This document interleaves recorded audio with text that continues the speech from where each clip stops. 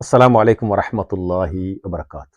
அல்லாஹு தாலா யாருக்கு செல்வத்தை கொடுக்கின்றான், யாருக்கு ஈமானை கொடுக்கின்றான், இது ஒரு மிக முக்கியமான விடயம்.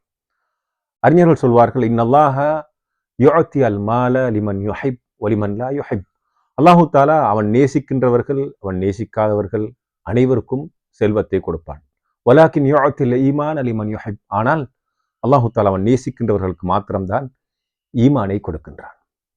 இந்த நிலையில் ஒருவருக்கு அல்லாஹு தாலா நிறைய செல்வங்களை கொடுத்திருக்கின்றான், அருள்களை கொடுத்திருக்கின்றான், ஆரோக்கியத்தை கொடுத்திருக்கின்றான் என்றாலும் அவர் அல்லாஹுக்கு மாறு செய்து கொண்டிருக்கிறார் என்றால் அதுவானது அதனை அல் இஸ்திதராஜ் என்று அறிஞர்கள் சொல்வார்கள். அல் இஸ்திதராஜ் என்பது அல்லாஹு தாலா ஒருவரை பிடிப்பதற்கு கட்டங்கட்டமாக கொடுக்கின்ற ஒரு விடயமாக இருக்கின்றது. அதாவது அவர்கள் செல்வத்தை கொடுத்து அல்லாஹு தாலா அவர்களை பிடிப்பதற்காக காத்திருக்கின்றான்.